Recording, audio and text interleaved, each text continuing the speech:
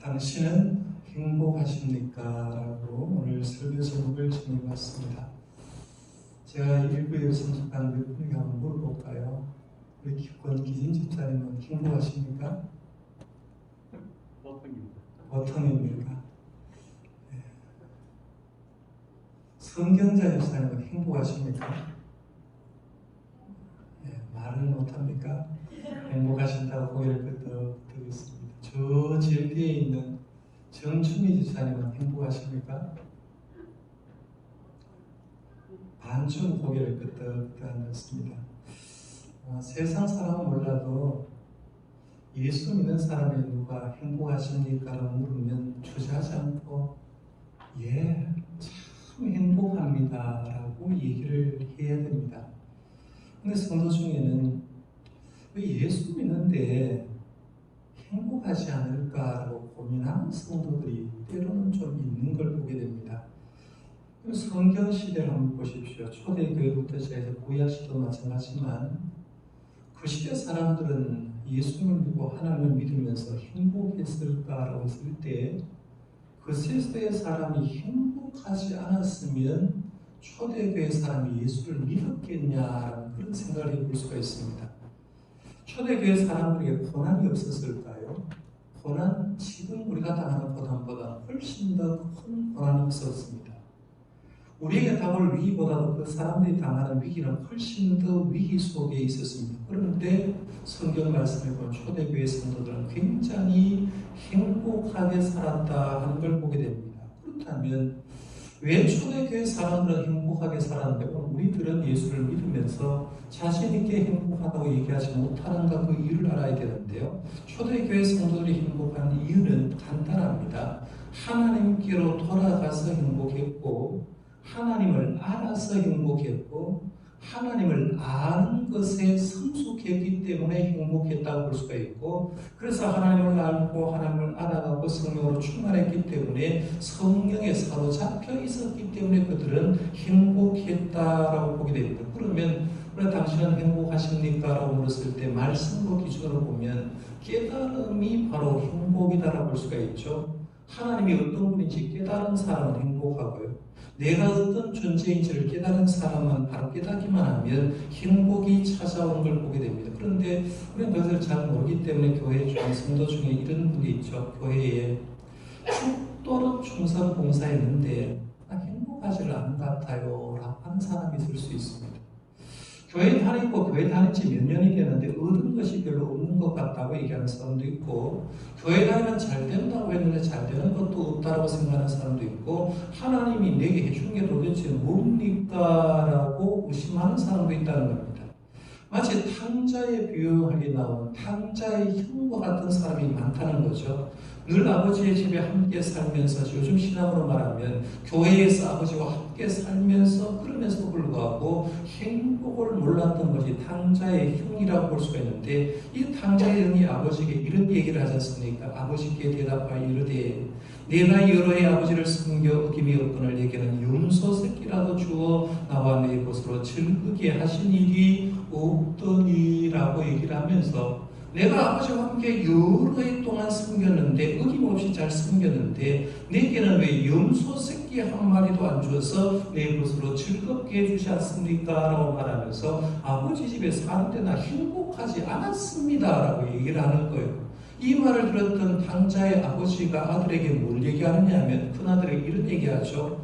너는 항상 나와 함께 있으니 내 것이 다 네 것이로되 라고 얘기를 합니다.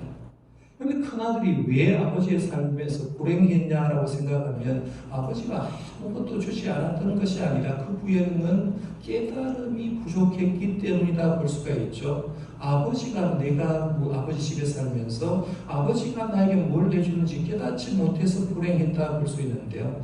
항상 아버지와 함께 있기 때문에 아버지는 내 것이고 아버지의 것이 내 것이다라고 생각하고 깨달았으면 항상 모든 것이 행복했을 겁니다. 모든 삶이 보장되었으니까요. 만약 마다들이 그것만 깨달았다고 하면 매일매일 삶이 자기를 위한 삶이고 내가 아버지의 집에 있는 모든 것이 내 것이라고 생각하고 살았다면 매일매일 행복하게 살았을 건데 그것 하나 깨닫지를 못하니까 아버지의 집에 살면서도 불평하고 원망하고 아버지가 나에게 준 게 뭐가 있습니까? 라고 하면서 부정적으로 얘기했던 걸 봅니다. 그러면 제가 다시 드렸던 질문 다시 한번 생각해 볼 수 있죠. 당신은 행복하십니까? 라고 물었을 때 구체적으로 얘기하면 예수 믿으면 진짜 행복합니까? 이렇게 물을 수 있죠. 예수 믿으면 진짜 행복합니까? 라는 물음에 마음에서 우러나는 답이 뭐냐면 예수 믿으면 행복하죠 라고 얘기를 해야 되는데 근데 우리가 그렇게 대답을 하지 못하는 이유가 뭐냐면 지금 예수를 믿고 하나님을 섬기고 있다라고 얘기해도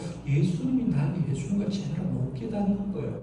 하나님이 어떤 분인지 잘 못 깨달은 겁니다. 그러면 행복하기 위해서 꼭 필요한 게 뭐냐면 말씀에 대한 바른 깨달음이 필요하다는 거죠. 하나님이 나에게 뭘 해줬는지 깨닫는 거고 예수님이 나에게 어떤 존재인지 깨닫는 것이 필요하고 성령님이 내게 어떤 존재인지 깨닫는 게 필요하고 그리고 그 하나님에 비해서 내가 하나님 앞에 서는 데가 얼마나 부족한지 깨닫게 되면 그 깨달음만 제대로 이루어지면 언제 어디서나 누가 질문해도 당신이 행복합니까? 라고 물었을 때 나도 모르는 사이인데 행복하죠. 내 존재가 예수를 믿고 있는 것 자체가 행복합니다 라고 얘기할 거 있다는 거예요. 그러면 우리가 이런 깨달음을 얻으려고 하면 뭐가 필요하냐면 의지적인 노력이 필요하다는 거예요.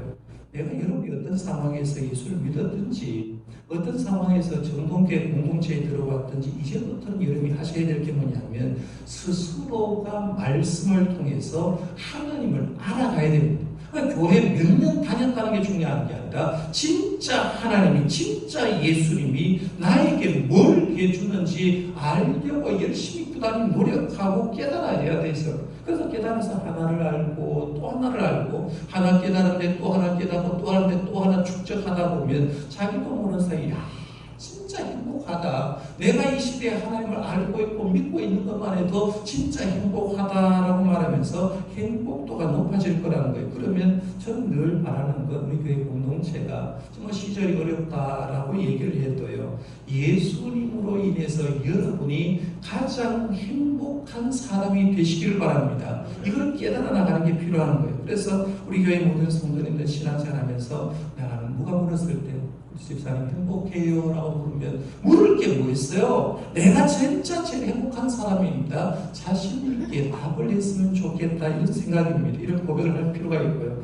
그러기 위해서는 이제 얼마나 행복한 사람인지 본문을 통해서 좀 잘 얘기를 하고 있는데 오늘 본문은 우리가 얼마나 행복한 사람인가를 얘기하고 있습니다. 그래서 오늘 본문은 우리가 이신칭의를 받고 하나님이 그렇다고 칭해줬지만 사실은 우리의 존재가 과거에는 이런 존재였어라고 얘기해서 가르쳐주는 그런 대목입니다. 오늘은 눈으로 대충 훑어봐도 이 말씀은 귀한 말씀이기 때문에요. 설교를 여러 번 들었을 겁니다. 우리가 과거에 예수 믿기 전에 어떤 존재였나 보니까 오늘 본문에 언뜻 보면 세 가지를 얘기하는 것 같아요. 6절 말씀에 보면 우리가 아직 연약할 때에라는 표현을 썼고요. 8절 말씀에 보면 우리가 아직 죄인 되었을 때라고 썼어요. 그 다음에 10절 말씀에 보면 곧 우리가 원수 되었을 때라고 얘기를 하면서 전부 다 연약할 때, 죄인 되었을 때, 원수 되었을 때 그 원수 되었던 우리들을 위해서 예수님이 돌아가셨다는 얘기를 하는데요. 말씀을 천천하게 한번 읽어보면 하나를 더 발견하게 됩니다. 그래서 저는 내가 예수 믿기 전에 상태가 있는데 몇 가지 상태가 있을 때 오늘 본문을 가지고 네 가지 상태로 좀 나누어서 말씀드리려고 하는데요. 첫 번째 우리가 예수 믿기 전 상태, 저와 여러분도 마찬가지예요. 예수 믿기 전에 어떤 상태냐면 첫 번째 얘기하는 게 사도 바울은 연약한 존재였다라고 얘기를 합니다. 6절 말씀에 그 얘기하죠. 우리가 아직 연약할 때 귀한 때로 그리스도께서라고 말하면서 우리가 연약할 때 예수님이 우리 위해서 돌아가셨다고 하는데요. 여기서 연약하다는 말을 쉽게 이해하기 위해서 제가 두 사람 얘기를 한번 해볼게요. 한 사람은 죽은 시신 한번 생각해봐요. 시체요.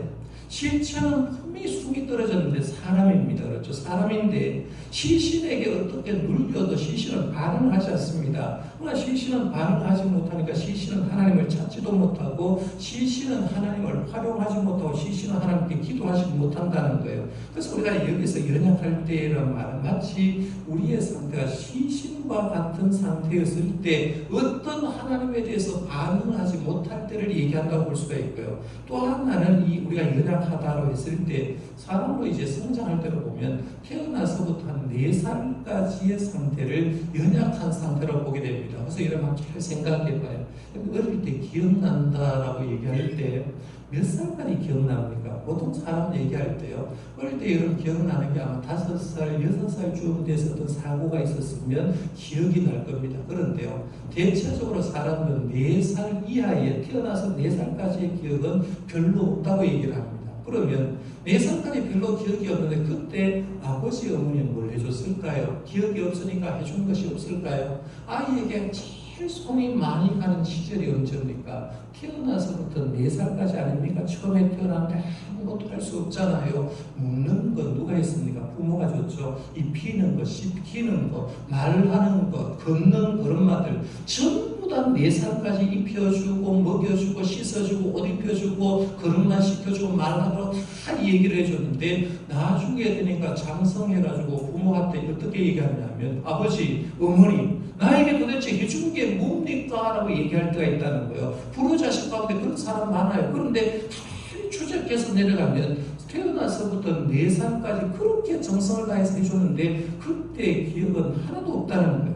우리가 하나님 앞에서 연약하다라는 말도 바로 이럴 때예요. 하나님께서 모든 것을 해줬는데 연약한 상태는 아버지를 위해서 하나님을 기쁘시게 하거나 내가 구원을 하는데 내가 어떤 노력을 하는데 조금만 어떤 것도 할 수 없었던 상태를 한마디로 말해서 연약할 때라고 합니다. 이걸 신학적으로 얘기할 때는요. 전적 부패 상태라고 얘기합니다. 내 힘으로는 살아날 힘이 없을 때 전적 부패 상태에 있었는데 오늘 말씀에 보면 뭐라고 하느냐 이렇게 말하죠. 우리가 아직 연약할 때에 그다음 말이 뭐예요? 기약대로 해서 기약대로. 여기서 기약대로란 말은 하나님께서 약속하신 대로라는 거예요. 창세기 3장 15절 원시복음부터 시작해서 내가 이 세상의 사람들을 구원해 주겠다는 그 하나님의 약속한 대로 너희들이 아무 힘이 없고 전적인 부패 상태에 있었는데도 불구하고 그 약속대로 예수님을 보내서 너희들을 구원해 주었다라고 얘기하는 거예요. 우리가 예수 믿기 전 첫 번째 상태는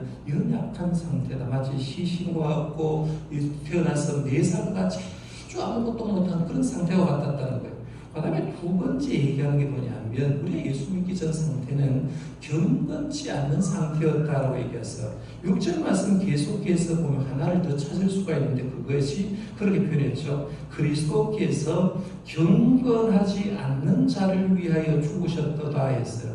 칭의 받기 전 우리의 모습이 경건치 않았다라고 얘기하는데 최초의 사람 아담과 하와를 한번 생각해 보십시오. 그들이 하나님이 만드신 창조의 질서대로 살았으면 행복할 텐데 그들은 뱀의 꼬임을 받아서 하나님의 다스림을 싫어했죠. 자기 좋을 대로 행동했더라 봅니다. 그게 후손들도 마찬가지입니다. 우리가 하나님께서 우리를 창조하시고 우리를 다스린다고 하면 항상 하나님의 뜻대로 살면 좋은데 그 후손들도 어떻게 하든지 경건하지 않고 하나님을 대적하려고 했고 하나님의 놀라운 성품도 좋아하지 않았습니다. 아담과 하와도 그렇고요.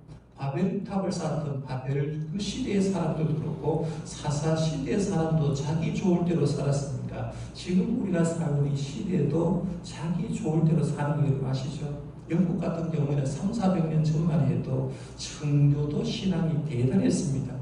믿음으로 살려고 영국 국교에 반해서 진짜 믿음으로 살려고 발버둥 쳤던 사람이 미국으로 와서 청교들이 왔는데 이제 영국 사람이 어떻게 변했느냐 하면 영국 사람은 노골적으로 하나님을 없다라고 얘기합니다.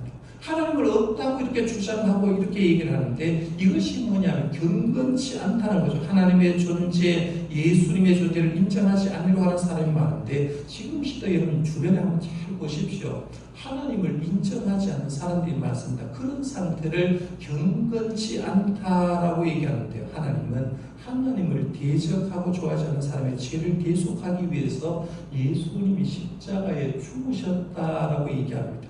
그 다음에 세 번째, 칭의받기 전에 우리의 모습은 죄인이었다라고 얘기합니다. 죄인. 7절과 8절 말씀에 보면 그 얘기하는 거예요.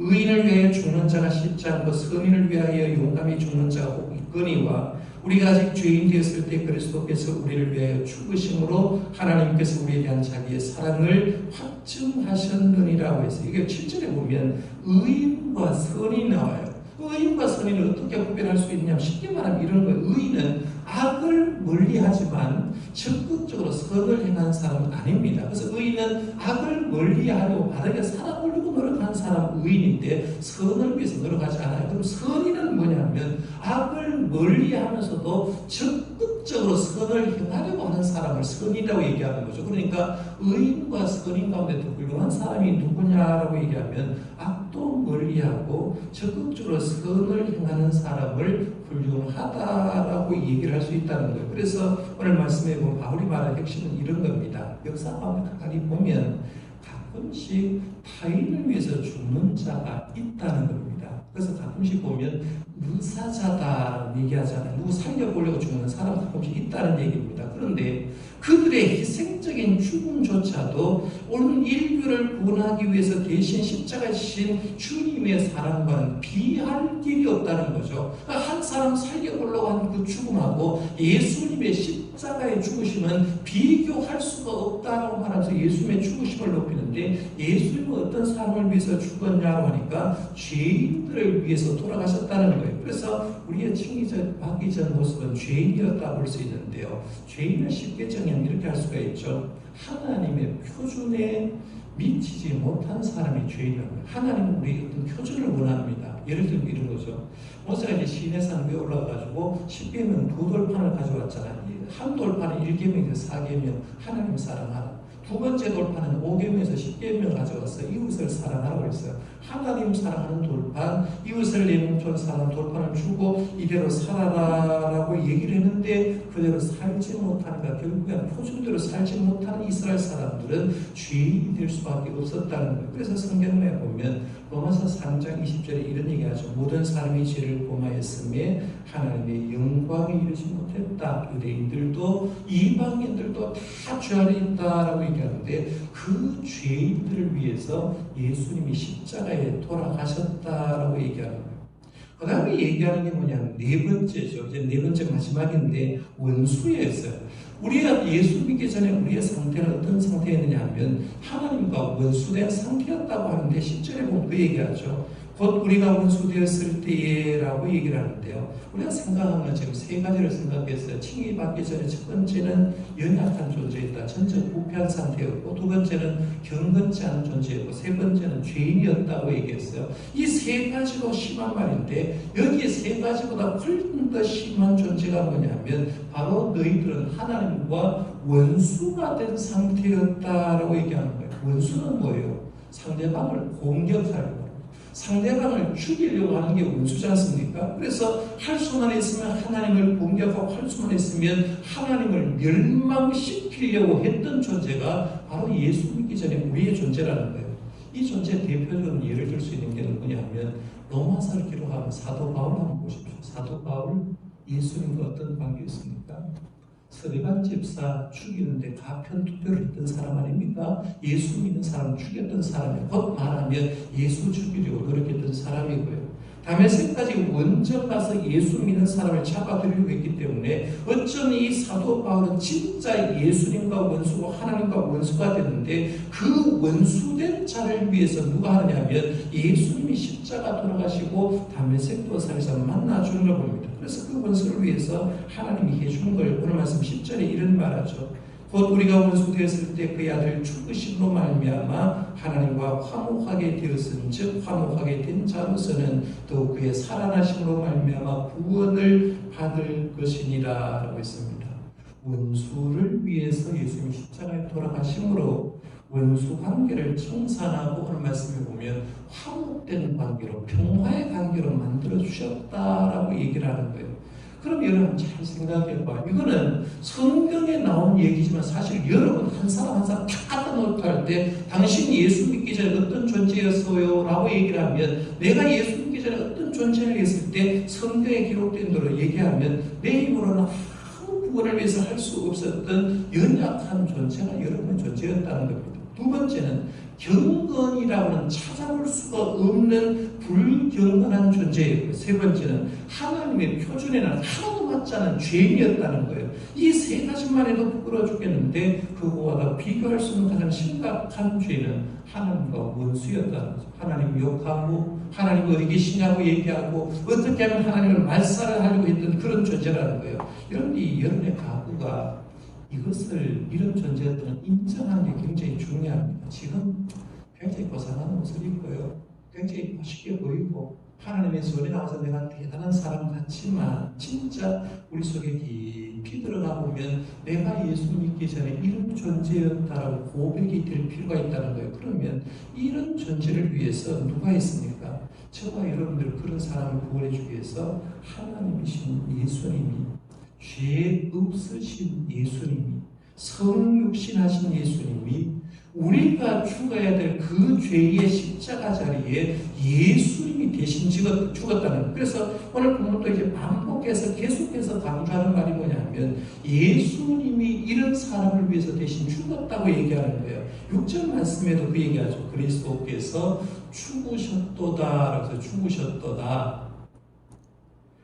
8절 말씀에 봐도 그리스도께서 우리를 위해서 죽으심으로 하나님께서 우리에 대한 자기의 사랑을 확증하셨느니라. 죽으셨다고 얘기했어요. 10절 말씀에 봐도 그의 아들의 죽으심으로 말미암아라고 얘기하는 거예요. 그래서 우리가 예수님이 달리신 십자가에서 하나님의 사랑이 얼마나 크고 확실한지를 확증만 하면 하나님의 사랑에 대해서 더 이상 얘기할 것이 없다는 거죠. 그래서 하나님 앞에서 내가 어떤 존재나 했을 때 하나님은 나를 위해서 예수님을 십자가에 돌아가게 해주셨어. 그 예수님의 십자가 때문에 내가 살았어라는 걸 제대로 알 필요가 있다는 거예요. 이 도널드 그레이 반하우스 목사님 먼저 이 말씀을 추석하면서 인간적인 사랑을 두 가지를 이제 소개해서 잠깐만 제가 소개하면 이런 겁니다. 한 이야기는 광산에서 이제 광산에 이렇게 돌을 이렇게 뚫어서 나가야 되잖아. 폭파작을 다이너마이트 풀어서 폭파작업을 해야 되는데 광산에서 폭파작업을 해서 다이너마이트를 툭 터뜨렸는데 우연히 사고가 잘못 나가지고 그 돌이 우르르 무너졌는데 난방 사고 나가지고 두 사람이 돌 속에 이제 갇혀버렸습니다. 물론 완벽하게 갇히지 않고 다리가 이렇게 갇혔는데 문제는 그 사고로 인해서 이제 독한 가스가 쭉 새어나왔는데요. 한 남자는 총각이었고 한 남자는 아내가 있었고 세 아들이 있었습니다. 문제는 이 마스크가 벗겨진 사람은 이제 독가스가 서 마스크를 끼고 있어야 되는데 마스크가 벗겨진 사람이 이 결혼해서 아이가 3명이 있는 남자가 있습니다. 옆에 있는 사람은 관상점에 갈려 있었지만 자기는 총각이었습니다. 이 총각이 자기가 쓰고 있는 마스크를 벗어서 결혼한 그 사람을 쭉 추면서 이런 얘기를 했습니다. 당신에게는 아내와 세 아이가 있고 그들에게는 당신이 필요하기 때문이고 나는 혼자니까 그냥 훌훌 털고 갈 수 있어요 라고 얘기하면서 똑같이 죽어가면서 자기가 멀쩡하게 있었던 이 마스크를 달려있는 아이 아버지에게 주고 자기가 죽었다라는 얘기입니다. 그러면 그 사람 누구 때문에 살았냐라고 했을 때 마스크를 주는 그 젊은 청년 때문에 살았다라고 얘기할 수가 있죠. 또 한 얘기는 이렇게 썼어요. 거리맨입니다. 깡패 얘기하는 거예요. 이 깡패는 사람들 내용이 참 별로 좋지 않은데 이 깡패에게도 여동생이 하나가 있었는데 여동생이 큰 수술을 하게 되는데 피가 너무나 모자랐어요. 피가 모자라니까 의사가 바로 수혈을 해야 되는데 수혈할 사람이 없습니다라고 얘기하니까 깡패지만 자기 여동생을 사랑하니까 수혈을 하는 거예요. 근데 문제는 여러분 수혈을 하는 게 몸에 있는 피를 다 빼서 주는 게 아니라 일정한 분량만 빼주잖아요. 한 팩만 이렇게 빼주고 두 팩만 많아도 두 팩만 빼주고 사는 사람들은 살리는데 이 깡패는 수혈을 하는데 수혈을 하면 자기 피를 다 빼서 동생에 주고 자기는 죽는다고 생각하고 처음으로 이제 수혈을 하는 겁니다. 수혈을 하면서 이제 의사에게 이 깡패가 뭐라 하냐면 그러면 나는 언제 죽게 돼요? 라고 얘기를 하면서 수혈을 해줬다는 겁니다. 이 깡패는 자기가 수혈을 해줘서 동생은 살리지만 자기는 죽는다는 걸 알고 그러면서 수혈을 해주는 것을 보면서 의사가 감동이 돼서 저 피로 인해서 저 사람이 살아나게 되었다 하는 그런 감동에 의해서 깡패도 저런 사랑이 있구나라고 얘기를 했다는 겁니다. 사실은 오늘 본문의 말씀은 예수님의 죽으심 죽으심은 이 도널드 그레이 반하우스의 목사님 얘기하면요, 비교할 정도가 안 되죠. 연약한 존재, 경건치 않고 죄인고 원수였던 우리를 살려주기 위해서 죄 없으신 예수님이 십자가에 돌아가셨고, 그 귀한 피를 주관한 우리에게 주님께서 수혈을 해주었기 때문에 우리가 살아났다는 거예요.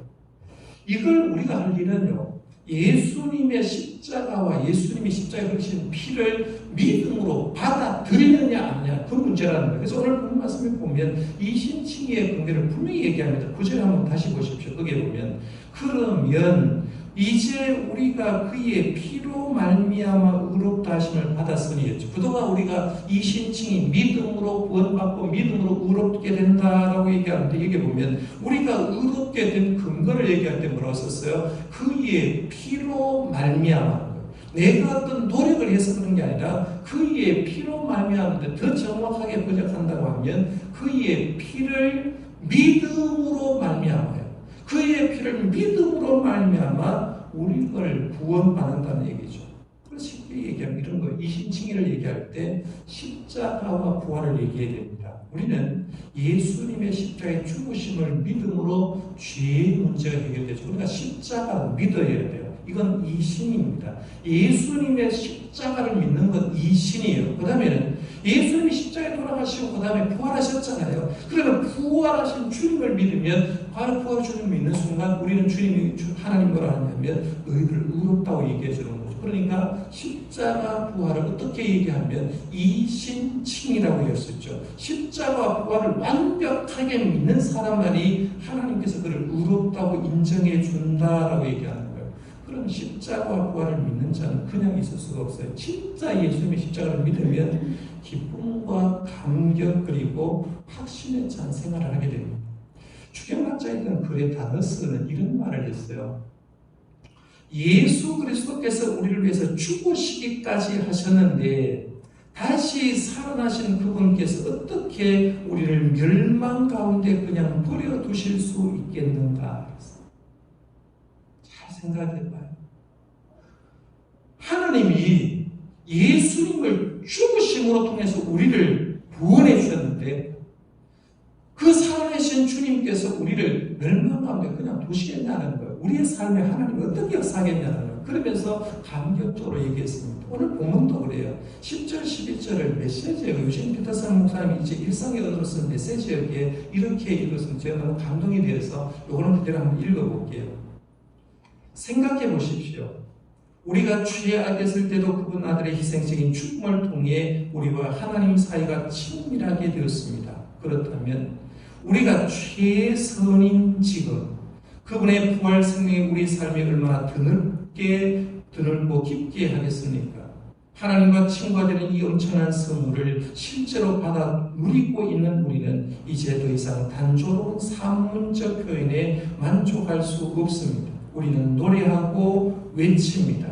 메시아 예수를 통해서 하나님께서 우리의 찬양을 드립니다 라고 말하면서 뭘 표현하냐면, 예수님이 나를 위해서 돌아가신 것 내가 너무 확신하면서 찬양하고, 예수님이 나를 위해서 돌아가신 걸 믿고 나는 즐거워하면서 믿음 생활합니다 라고 했어요. 그래서 형님 말씀을 잘 보면 1절과 2절 말씀, 5장 1절과 2절에도 얘기한 게 뭐냐면 즐거워한다는 표현을 했어요. 2절 끝에 보면 즐거워한다. 오늘 말씀 11절 말씀에도 끝에 보면 뭐라 했어요? 예수 그리스도로 말미암아 하나님 안에서 뭐 한다고 했어요? 즐거워하느니라 라고 얘기했습니다. 그러니까 진짜 하나님의 사랑을 깨닫고 진짜 예수 그리스도의 십자가와 부활을 믿는 사람들은 삶이 어떤 환경이 되었든지 그 속에는 즐겁고 기쁘고 감격적이고 행복한 삶을 살게 돼 있다는 얘기입니다. 다시 질문해 볼까요? 이제 저기 김남희 집사님 맞죠? 행복하십니까? 네, 그래 돼야 돼요. 행복하십니까? 누가 여름에 와가지고 진짜 예수님 믿으면 행복합니까? 라고 물을 때 여러분의 중심 속에서요, 그렇습니다. 세상에서 제일 행복한 사람이 예수 믿는 접니다 라고 고백할 수 있기를 바랍니다.